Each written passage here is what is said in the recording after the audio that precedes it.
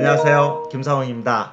예, 이번 시간, 김상훈의 창업통 TV 그 두 번째 시간입니다. 예, 이번 시간에는 베트남 창업 얘기 한번 정리하려고 합니다. 사실은 창업통은 작년에만 하더라도 이 베트남 창업 여행을 한 8탄까지 마쳤고요.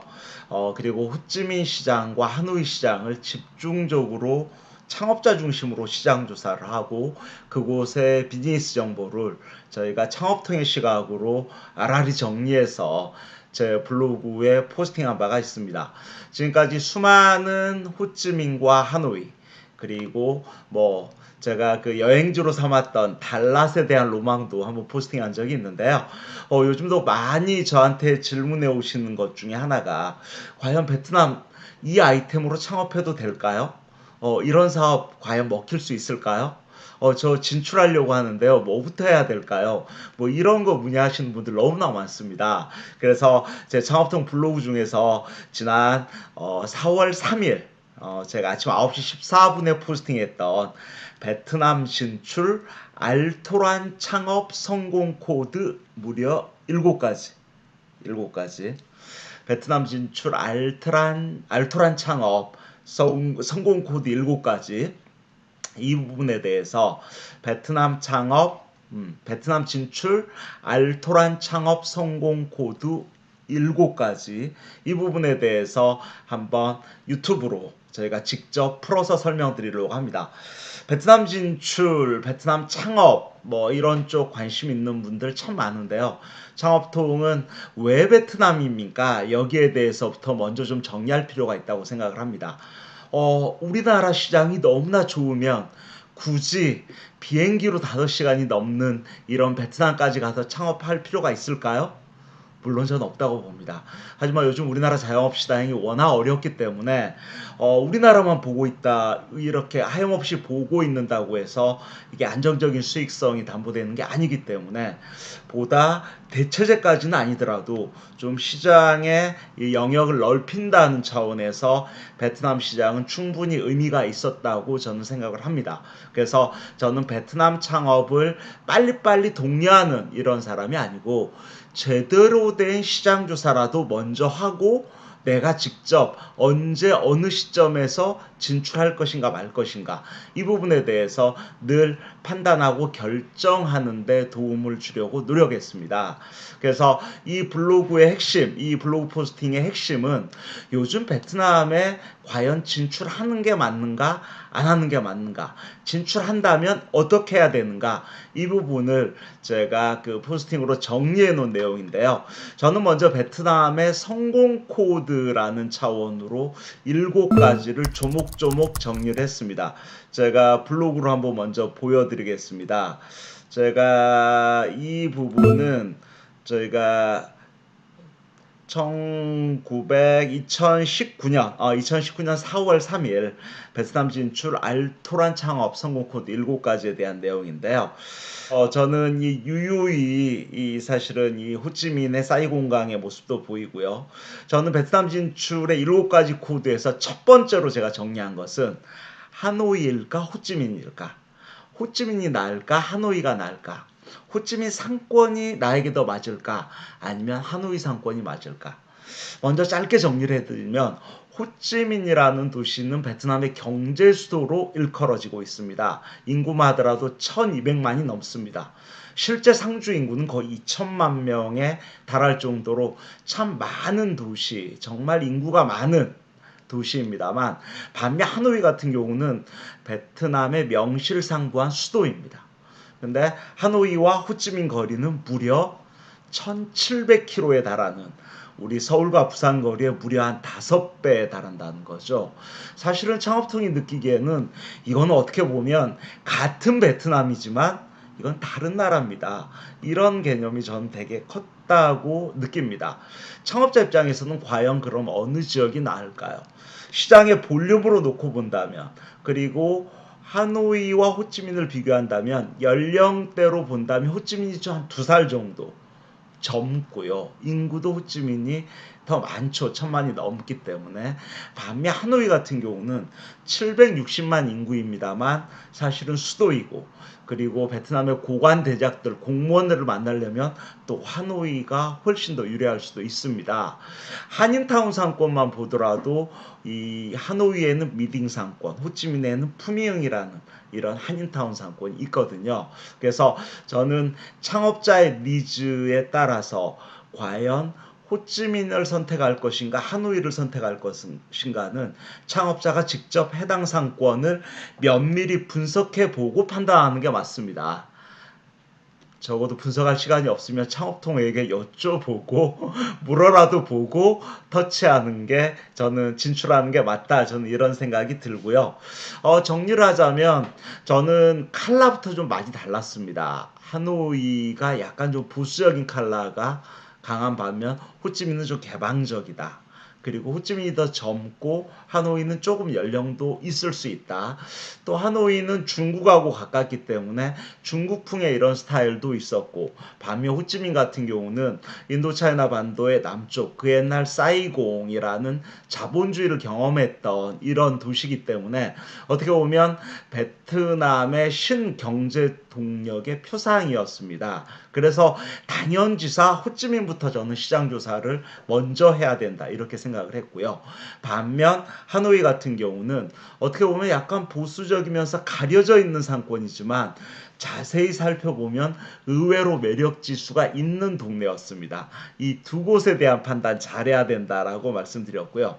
두 번째는 1억 베트남 로컬 수요층을 타깃으로 할 것인가, 아니면 20에서 지금 25만 명에 육박하는 한인 수요를 타깃으로 할 것인가, 이 부분 역시 결정해야 됩니다. 초보 창업자들, 즉 베트남 진출을 처음으로 이렇게 녹화하시는 분들하면 당연지사 푸미흥 같은 한인타운, 미딩 같은 하노이의 한인타운을 먼저 녹화할 수 있습니다만, 조금만 베트남을 시장 조사하다 보면 1억 로컬 수요를 어떻게 공략할 것인가를 당연히 목표점, 지향점으로 삼게 됩니다. 그래서 저는 이 단계별로 본다면 한인타운부터 접근하고 2단계로 로컬로 가는 방법, 아니면 처음부터 직접 로컬 수요층을 공략하는 방법, 이 부분 잘 선택해야 될 부분입니다. 세 번째는 아이템에 대한 부분이죠. 야, 베트남 과연 어떤 아이템으로 진출할 수 있습니까? 제가 지금 이런 사업 하는데요, 이 사업이 베트남에서 먹힐까요? 먹히지 않을까요? 이거 묻는 사람 참 많았습니다.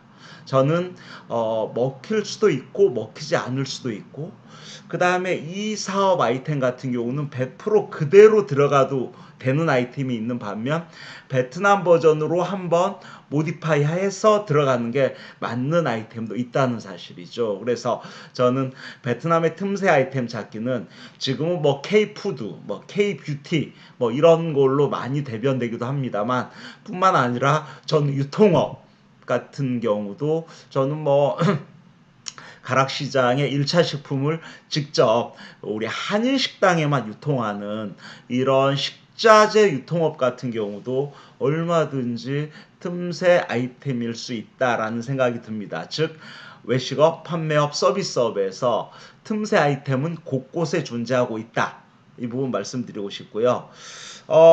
그 다음 제가 정리했던 게, 과연 한국 음식점 왜 이렇게 비쌉니까 하는 거죠. 야, 한국 음식점 왜 이렇게 비쌀까요? 사실은 한국 음식점, 베트남에 있는 한국 음식점은 우리나라 한국 음식점의 가격하고 똑같습니다. 때문에 한인타운에서 판매하는 한식당들이 가장 비싸다고 볼 수 있는 거죠.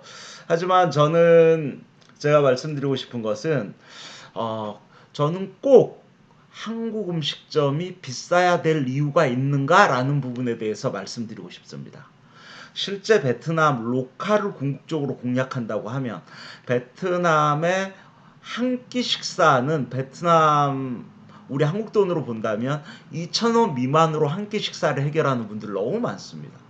때문에 지금 현재 저희가 포스팅에서 알려드렸던 한우리 같은 분식점 같은 경우도 다 객단가가 2-3천 원이라는 게 대부분이죠. 그래서 저는 베트남을 공략한다면 꼭 비싸야 되는가? 즉 한국 음식점 수준에 맞춰서 가격 책정을 할 것인가? 아니면 직접 베트남 로컬 수준에 맞춰서 가격 책정을 할 것인가? 이런 부분 중요하다는 생각이 들고요. 저는 다섯 번째 코드로 꼭 말씀드리고 싶은 게 베트남 진출의 핵심 키워드는 우리의 아이템도 중요하지만 한국적인 콘텐츠로 반드시 무장해야 된다라고 말씀드리고 싶습니다. 베트남에서 지금 외식업 같은 경우도 베트남 기업, 골든 게이트나 레드선 같은 브랜드를 보면 베트남 기업임에도 불구하고 한국적인 한글, 한국적인 컨텐츠로 소비자들을 유혹하고 있는 게 너무 많습니다. 때문에 저는 한국인이라면 베트남 시장을 들어갈 때 가장 한국적인 컨텐츠, 그들의 가슴으로 들어갈 수 있는 이런 컨셉팅, 스토리텔링, 한국적인 컬러가 무엇인가를 내가 밀고자 하는 아이템에 같이 포장해서 들어가는 거 너무나 중요하다는 생각이 들고요. 저는 동시에 그럼에도 불구하고 베트남 시장의 성공 코드에서 빼놓을 수 없는 것은 나는 베트남 시장에서 올인할 수 있는가 이런 부분이죠. 뭐 한국의 흔히 뭐 오토 창업처럼 그냥 매니저 하나 붙여놓고 슬렁슬렁 하면 돈 됩니다. 이 시장 절대 아니라고 봅니다. 그런 시장 별로 없습니다. 요즘 같은 시장에서 창업자가 해당 시장에서 올인하지 않고 성과를 낼 수 있는 이런 비즈니스 모델 별로 없습니다. 베트남도 마찬가지라는 말씀 드리고 싶고요. 마지막으로 제가 베트남 창업의 성공 코드에서 가장 중요한 부분은 역시 시작과 끝 어떻게 결정할 것인가죠. 언제 어느 시점에서 액션 시작을 하고 언제 어느 시점에서 엑싯 출구 전략을 결정해야 될 수도 있다. 이 말씀 드리고 싶고요. 특히나 동시에 계약에 대한 부분을 명확하게 해야 됩니다. 이거죠. 계약이라고 하면 부동산, 이런 점포에 대한 이런 렌트 계약부터 시작해서 뭐 브랜드 같으면 역시 다양한 뭐 프랜차이즈 계약까지 베트남에서 이루어지는 모든 비즈니스 계약을 하나하나 꼼꼼히 따지면서 이렇게 필터링한 다음에 계약금이 넘어가야 됩니다. 이런 말씀을 마지막으로 드립니다. 베트남 시장은 한국 창업자들에게는 어떤 대체제까지는 아니더라도 창업자의 시장 영역을 넓힌다는 차원에서는 매우 의미가 있습니다.